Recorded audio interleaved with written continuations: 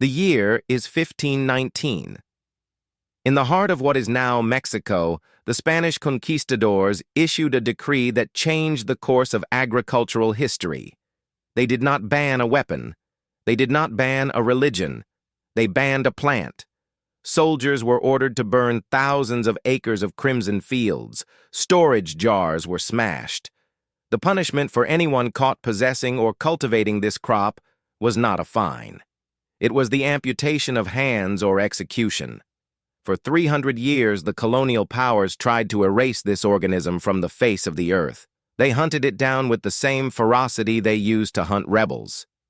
Why? Because this plant was not just food, it was the biological fuel of the Aztec Empire. It provided more protein than wheat, more calcium than milk, and contained an essential amino acid profile that allowed a civilization to thrive without cattle.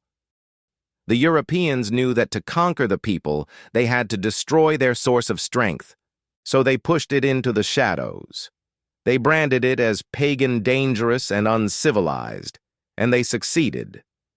Today, if you walk past a construction site or look into a neglected ditch on the side of the road, you will see a plant with reddish stems and broad leaves rising from the dust.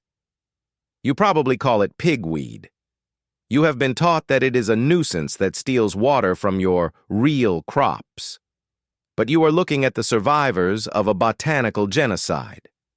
Hidden inside those wild leaves is the lost protein that NASA calls the food of the future. The plant that was illegal to grow is now growing everywhere, waiting for us to remember what it really is. Welcome to Ancestral Garden. To understand why they tried to kill this plant and why it refused to die, we must go back to the height of the empire that worshipped it. If you believe that food should never be forgotten, subscribe to this channel and hit the bell. Let's reopen the archive.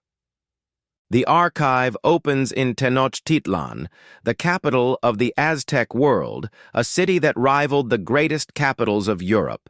Here, in the vast markets that stunned the Spanish invaders, one crop was traded more than any other. It was not corn. It was huautli, the ancient name for amaranth. Every year, 20,000 tons of these tiny grains were brought into the capital as tribute. It was the backbone of the Aztec diet. While corn provided the carbohydrates, amaranth provided the strength. It fueled the runners who carried messages across mountains and the warriors who built an empire. But to the Aztecs, this plant was more than calories. It was flesh. During their most sacred festivals, they did not bake bread. They ground roasted amaranth seeds, mixed them with agave honey, and according to the terrified accounts of Spanish friars, sometimes mixed them with sacrificial blood. They shaped this sticky paste into the likeness of their gods, Huitzilopochtli, the god of war, and Tlaloc, the god of rain. In a ritual known as Teocualo, literally, God-eating, the people would break these amaranth statues into pieces and consume them, believing they were taking the power of the divine into their own bodies. When the Spanish Catholic priests witnessed this, they were horrified. They did not see a harvest festival. They saw a blasphemous mockery of the Christian communion. They saw the work of the devil. Hernán Cortés realized that as long as the Aztecs had amaranth, they had both their physical strength and their spiritual connection. To conquer the people, he had to starve their gods. The order was given, destroy the crop, burn the fields, cut off the hands of anyone who hides the seeds. The golden grain was driven underground. The Spanish thought they had won. They replaced the protein-rich fields of the Americas with European wheat and cattle. But nature does not obey the laws of men. 500 years later, the ghost of the Aztec Empire has returned to the very fields that tried to erase it. And this time, it brought a weapon that modern technology cannot defeat. That weapon was evolution. The battlefield shifted from the mountains of Mexico to the vast soy and corn fields of the United States.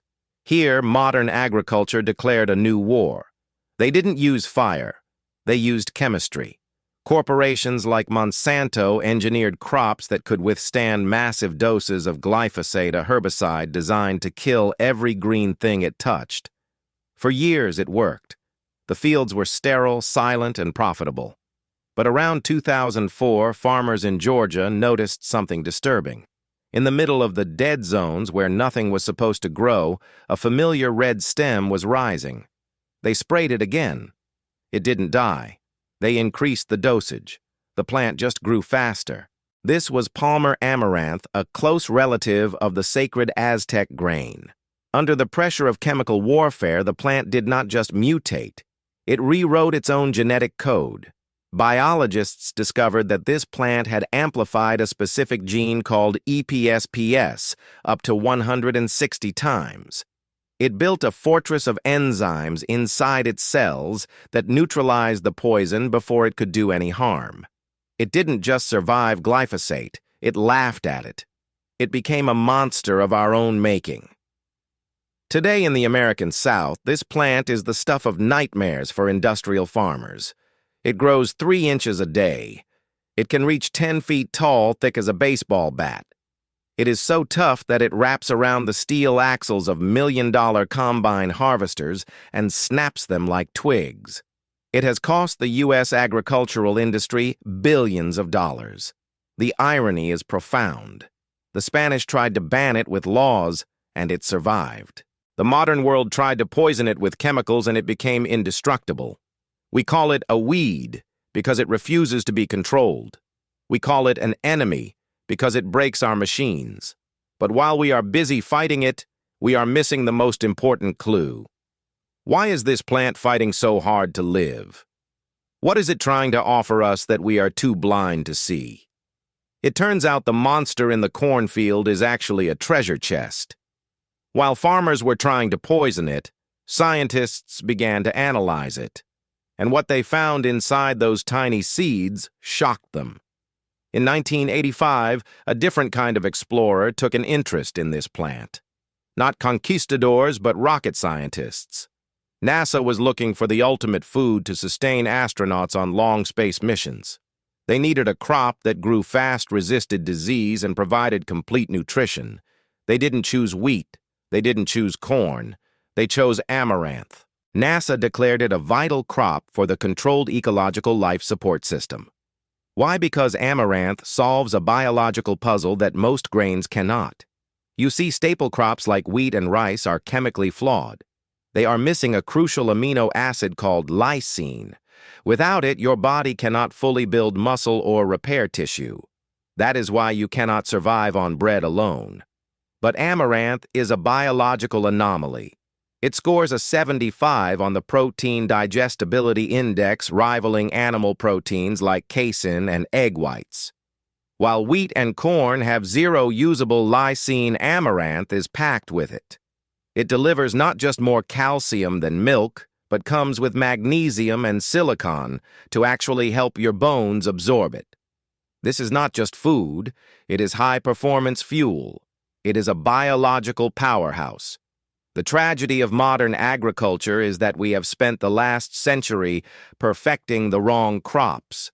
We rely on corn and soy, which require massive amounts of water, fertilizer, and protection to survive. They are weak. Meanwhile, amaranth grows in droughts that turn corn to dust. It thrives in poor soil. It produces up to 500,000 seeds from a single plant. We are poisoning the strong to protect the weak.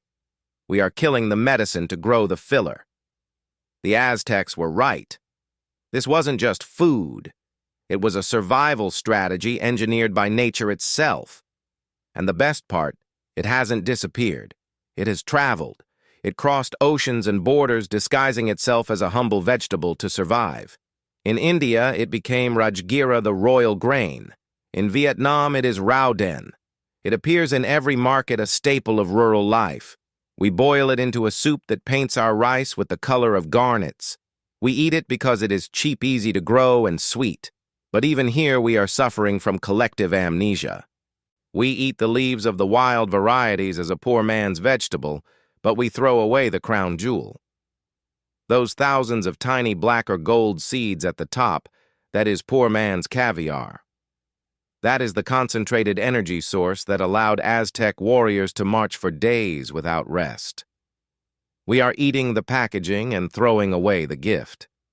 The plant that conquered the Spanish Empire and defeated American herbicides is not just a vegetable. It is a backup plan for humanity. As our climate warms and our water sources dry up, the wheat and corn we rely on will struggle. They are fragile giants. But Amaranth was born in fire. It does not fear the heat. So the next time you see this red-stemmed plant rising in a vacant lot or growing uninvited in your garden, do not pull it out. Do not spray it. Watch it. Let it go to seed. Harvest those tiny grains, roast them, pop them, or plant them again. By doing so, you are not just growing food. You are participating in an act of resistance that spans 500 years. You are keeping the forbidden grain alive. This knowledge was hidden for centuries, but it was never lost. It was just waiting for the right hands to find it. If this vault unlocked something for you, please subscribe to this channel and hit the bell.